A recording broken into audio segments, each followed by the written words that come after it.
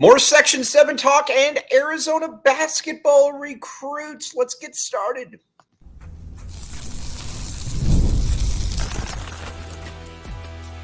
You are Locked On Wildcats, your daily podcast on the Arizona Wildcats. Part of the Locked On Podcast Network, your team every day. Thanks for keeping it locked on Wildcats and making this your first listen of the day. I'm your host, Mike Luke. This show is brought to you by FanDuel. Check it out, FanDuel. All kinds of good stuff. FanDuel.com/locked on. Okay, now we've got a lot to get to this show. We are going to talk more Section 7, a little bit of Arizona football recruiting, and we are going to talk, basically some in-state kids as well. And we need to talk about a couple players that were a little bit overlooked in last show. But let's get started here. First, a guy that we the guy that we have not probably given enough love to that we need to talk about is Nicholas Kamania. Here's the deal with Nicholas Kamania. First of all, a great name, Nicholas Kamania. But second of all, very, very good. He is a kid. He is out of Harvard Westlake. And Tommy Lloyd has become very, very infatuated with him because he is very good. Tommy Lloyd likes good basketball players. And so looking at him, he's about 6'8", 200 pounds or so. And he's a power forward that can stretch everything, and that is very, very good. And when you watch him, you can see that just looks like a Tommy Lloyd type player. Now, he became familiar with him with Team USA, and that basically just continued to follow since then. Now, Gonzaga, believe it or not, obviously is very, very in with the Kamania as well. So I would assume that they are probably the leader, but we will continue to give you updates on that. But the kid's great. The kid's really, really good though. 6'8", like I said, about 200 pounds, can move really well. And he, basketball just, it looks like it just kind of comes naturally to him. He can shoot. He's got a pretty good feel for the game. He's thin, but he's not like super, super skinny to the point where you're like, all right, well, it's going to take you 3 years to be able to contribute. He definitely looks like he's got some NBA upside to him. And he's like, in that, anytime you're 6'8" and you can shoot, you're going to have a little bit of a market. He's going to be a fun one to watch. He's going to be a fun one to watch as he continues to progress. Obviously, a little bit new on the Arizona radar, but that's also something too. And we need to talk about that for a second. Some of the advantages of coaching Team USA, you get to see a lot of these players up close. You get to see a lot of these guys and be like, all right, well, how do they really work in practice? How does everything go? And I think that's something that's, like I said, I think that's something that's very enticing about him. Also, another thing that I think you really got to like about him too is that he fits into that. He's not a selfish player at all. He's, like I said, he's a pretty good passer. He's got pretty good fluidity to his game. I'm excited to see what he can do, but Arizona's going to be all over him. And again, probably Gonzaga lean, but in the 2025 class, you're going to have a multitude of players that you're going to be able to offer, and I would expect them to be able to make a very nice push for him. But like I said, that's another nice thing is that when you're coaching Team USA, that you can see how guys practice, you can see how guys play, all of that. So there's some very good stuff going on there, obviously. So. Then another guy, we're going to talk a little bit of in-state stuff here. Darius Wobbington out of Sunny Slope, underclassman, but in a very fascinating prospect in that he's got pretty good size. He can handle the ball pretty well as well. And he's got kind of some underrated athleticism when he's able to get to the basket. U of A coaching staff is certainly well aware of him, and they're going to continue to, watch him. But he is somebody that, especially too for a public school like a Sunny Slope, that doesn't get a ton of big name players. He's someone to definitely keep an eye on if you get a chance to go watch him. He's exciting, but like I said, coaching staff fully aware of who he is, and I would imagine that they are going to continue to be able to make him, I don't say a priority at this point, but he's somebody that Arizona, like I said, is very, very aware of. And not only is he very, very aware, they're very aware of him. I would expect them to continue to recruit him, and it wouldn't surprise me at some point if they do get if he does get an offer. Now, another guy that I don't think should get out of this weekend without an offer is Bruce Branch. We've talked about Bruce Branch a couple times in the show. Just continues to impress. Again, when you look at his body, you just kind of salivate if you're a college recruiter, because you know that, man, he looks like he could continue to get bigger. If he were to top out at 6'9", I don't think that anybody would be in the least bit surprised. And another player that just kind of has a high IQ and a fluidity to his game. Yeah, that's something obviously that Tommy Lloyd very much looks for is, what is their IQ level like? What are they able to, how can they fit into that team, idea? Because when you watch Lloyd, it's not like there's a lot of really structured plays going on. What he's going to give you free flowing opportunities. And when you get free flowing opportunities and a guy cuts to the hoop, you got to be able to get him the ball. When he's getting into the lane, and, he draws a double team, you want to be able to find the open dude. And these are the kind of players that can certainly do that. Branch, though, is also going to be the guy that's going to be on the receiving end of a lot of those dunks, because he, like I said, he's very, very good. And I think, too, when you've got somebody that comes from a football or a basketball family where you've been through the recruiting process, where what everything is, what everything is about, that is something that I don't think can really be. I don't think that can really be underplayed, and that's something that I'm, like I said, I'm very, very excited to see what he can do. But I do think with Branch, though, his upside, I think, is about as good as anybody. And he's going to be one that you're definitely going to want to watch. You're definitely going to want to watch how he progresses, because he is that's what an NBA player, that's what a lottery pick. Again, I get that it's early. Guys can go a lot of different ways. I get it. But that's what an NBA pick, that's what a lottery guy is supposed to look like at that stage. And he's very young, too. I mean, we're going to talk about Tunay again here in a second. But when you look at Tunay, you can tell that guy is physically maxed. He's who he is. That's not a bad thing, but he's definitely who he is at this stage. With Bruce Branch, he's not close to being what he's going to be. And I think within a year, you're going to see a drastically different player as well. So, like I said, we'll definitely keep you up to date on him. But he's a very nice player, and I also like his demeanor a lot as well. That is one thing too. When you look at the Gilbert Perry kids, they almost all seem to just kind of be good dudes. You kind of like how they progress on the court, how they interact with their teammates, just all of that. And that's something that, I think that's kind of inherent. You either have that or you don't. And with these guys, they just kind of have that one. And so, whether that's Cody and Jalen Williams, whether that's Koa P, whether it's Dylan, all these dudes, they kind of have a, been there, done that. And it's going to be, like I said, he's a really, really good prospect. I would be stunned if the U of A does not offer him here shortly. They should. I mean, I know the coaching staff obviously really likes him, the assistant coaches. So it's just up to Tommy Lloyd to be able to say, do we want to get that guy? Do we want to go after him? But I think that he is a very, very easy offer, and somebody that I would definitely hop on, and I would get in there absolutely immediately, because he's probably going to blow up in a big way. All right, something else that is blowing up in a big way, but it has been blowing up, is FanDuel. Check it out. FanDuel.com/locked-on. Here's the deal with FanDuel.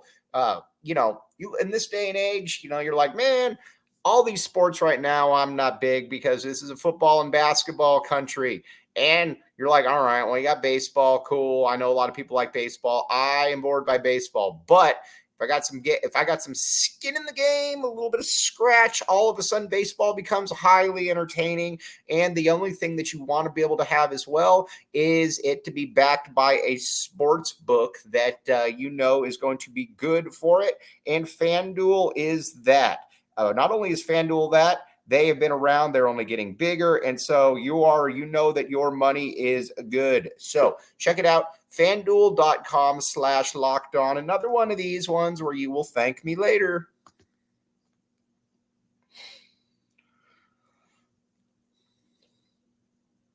Thanks for keeping it locked on Wildcats. I'm your host, Mike Luke. All right. Now, with this Arizona basketball, I think the other thing that we also need to keep an eye on is where is everything with some of the players that are that Arizona's been recruiting for a long time. Tunay Yesu, we talked about it yesterday. Just going to kind of reiterate.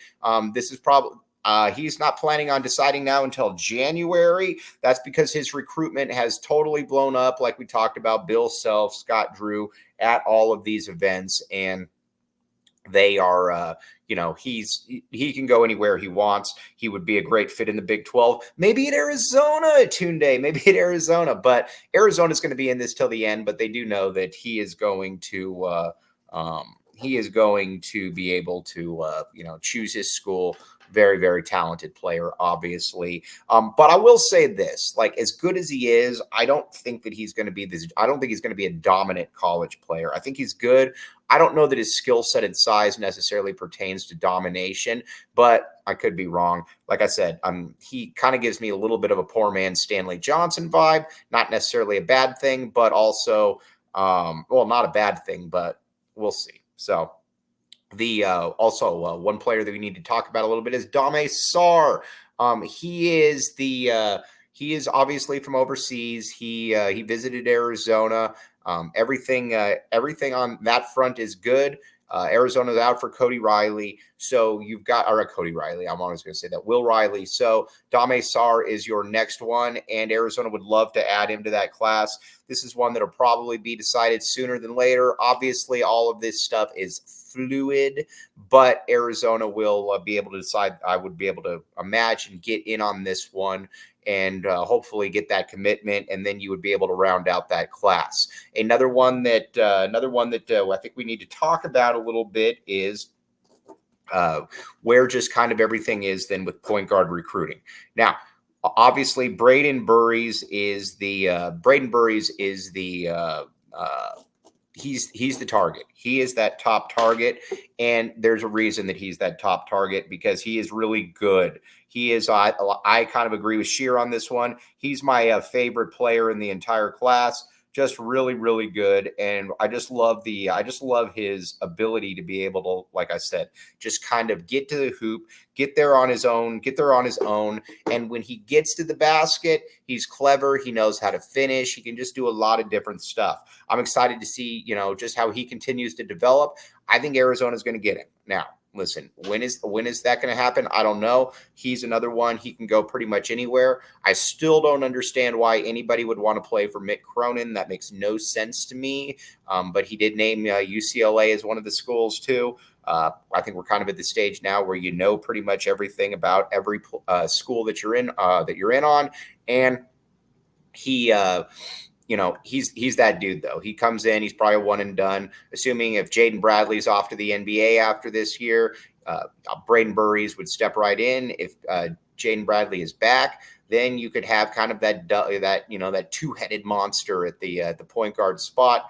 Both those guys, I think would be more than equipped to handle it. But Bures, though, I think if you were to ask Arizona, who is your absolute top priority in that entire class, I think that it would be Braden Bures, and I don't think that it would really be close. Again, guys like Tunde, they really, really want, obviously, you'd love to get Koa Pete, but Braden Bures, I think, is that player. And another one, too, a year behind, but Akena Alozie, love him. He might have more next level potential even than Bures because when he is at that point guard spot, he plays like he's shot out of a cannon.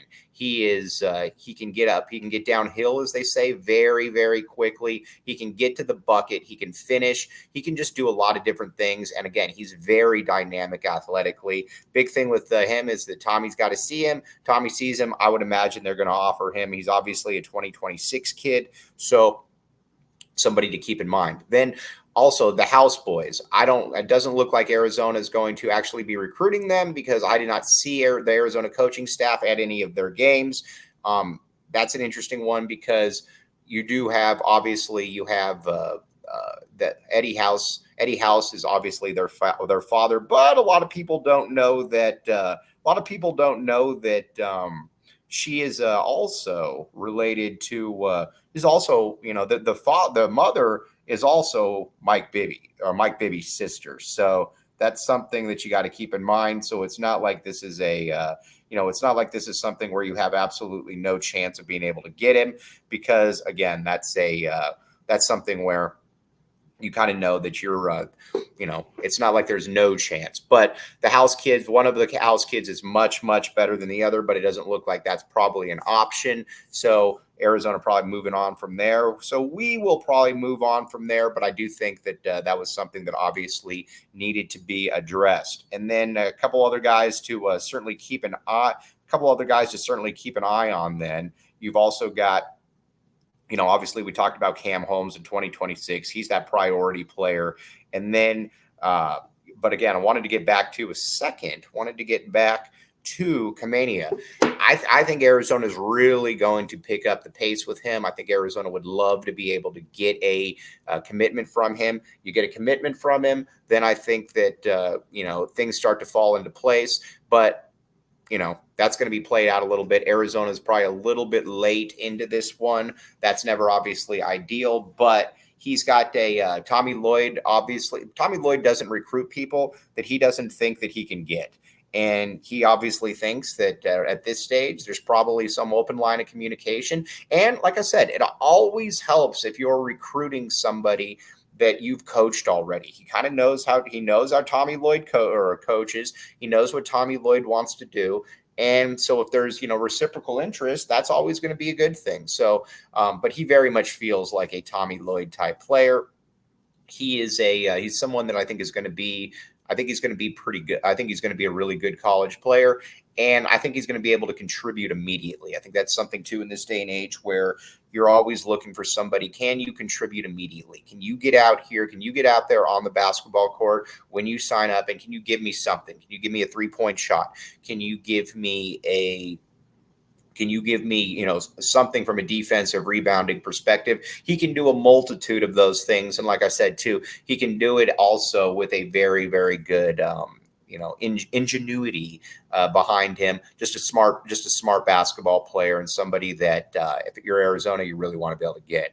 Now, Xavion Staten, again, I like Xavion Staten. I think when you're looking at projections, you've got to look at it and say, like, okay, what is this? Because these rankings are based off what you're going to be able to do possibly in the NBA. And Staten's that dude. Staten, you can. It's easy to see that with Staten, you can put on 25 pounds of muscle with him, and he's probably going to be a totally different player. Runs the court really, really well. Can finish. Block shots, can do a lot of different things. Like I said, just a very, very talented player. He's just got to be coached up. He's got to continue to get better, get stronger. But I think he's going to do just that. Honestly, he's a player that also is probably going to take a year. Honestly, I think with the Staten, you just got to say, all right, going to probably take a little bit of time. But it's also going to depend on where he wants to go, because if he wants to go to Arizona and start immediately, I'm not sure that that's going to happen, because you've already got Mount Crevis. He's probably going to be back. And like I said, Tobe Awaka, you could be that third big. But a lot of times kids that are top 20 prospects don't want to necessarily wait on that. So we're going to have to keep an eye. But like I said, I like the kid a lot. I like how he conducts himself. And I think that he is, like I said, I think he's going to be a player that might take a little bit of time. But when he does get there, I think he's going to be an absolute monster. Okay, one thing that's also an absolute monster, eBay Motors, my friends. eBay Motors. So check it out. Here's the cool thing with eBay Motors. I think that, in this day and age, you're looking to cut out the middleman. And not only are you looking to cut out the middleman, you're looking to say, man, I want to save some money. And so the cool thing about it is with eBay, you're like, all right, I can save some money, and I can take it to some place that I can take it to a place that I trust. So with eBay Motors, that, like I said, that your you can get it and you could take it to some kind, a dealer that you're like, I'm not going to get screwed over here. And that's what it is all about. Millions of parts for your MVP. Win every time with parts that fit your ride. Again, eBay Motors. Save yourself the money and take it to somebody that you trust. You will thank me later. Thanks for keeping it locked on Wildcats. I am your host, Mike Luke. All right, now let's talk a little bit of Arizona football because I expect a flurry of commitments here. And the not only the ones that have just come out there, but I also want to talk again, and we're going to break this all down in the next show. Wanted to spend these couple days talking Arizona basketball recruiting, but I think the one thing that we really need to know with Arizona football is that the staff knows what they're doing. They're going to be able to get players, and they're just because, it didn't happen necessarily on everybody's timeline doesn't mean that they don't know what they're doing. And you're starting to see that now with how the class is filling up. I also think you're going to see as well, Arizona start to get some more in-state kids, maybe some kids that are already, looking at committed elsewhere because the coaching staff's got a lot to sell. I mean, you got a good football program, you got a family type environment, and you're going to have open playing time. You're going to have a lot of these guys that are going to be moving on after this year. And what is that next step what's that next step then if you're, if you're one of those players? And I think that you just know that things can be pretty good for you. And so I think that, like I said, I think that, from some of the players that have already committed, like a Wesley Yarbrough. Wesley Yarbrough could have gone to a lot of different places, but he was the one that Alonzo Carter focused in on and said, that's the one that I want to coach. You look at a Sean Robinson, could have gone to a lot of different places, especially at that size and the positions that he could play. You look at Shelton, again, another dude can go a lot of different places. And we got to talk Robert McDaniel for a second. He is really, really litting it up at passing camps. Watching him, that he's able to fling the ball all over the field, and there's a little bit of a suddenness to his game as well that makes him intriguing. Wouldn't surprise me at all if he goes up the rankings and becomes a 4-star. He is a player that he comes in here, probably sits behind Noah for a year, and I think he's going to be ready to rock and roll as a starter. He's just, like I said, he's got a lot of skill. He's got a lot of ability, and his ability to be able to wing the ball kind of all over the field with a very, very strong, compact release is very, very enticing. This coaching staff, I think, did a very, very nice job getting him. He's obviously that quarterback that they prioritized, and I do believe that at some point he's going to be a multi-year starter at the U of A. Like I said, just a really, really good player. And with somebody like Kellen Ford that he's going to be throwing to that tight end position, that Arizona is good at that tight end position as well, because they're going to continue to load up on tight ends. So, but we're going to be breaking this all down in depth tomorrow. We've got a lot of football recruiting to get to because Arizona, we're kind of at that stage. But wanted to spend these last couple days talking about Arizona basketball. Obviously, Section 7, big news everywhere around. Wanted to talk about some of the players, where Arizona stands with all of them, and just kind of what that next step is for Arizona. And, I think we did a fairly good job with that. But tomorrow we're going to dive deep into Arizona football and where exactly everything is with the Wildcats, where they where these new commitments stand, and all of that good stuff. But as always, very much appreciate you all making Locked On Wildcats your first listen of the day. I'm your host, Mike Luke. Bear down, back the A, and we will be back with you tomorrow.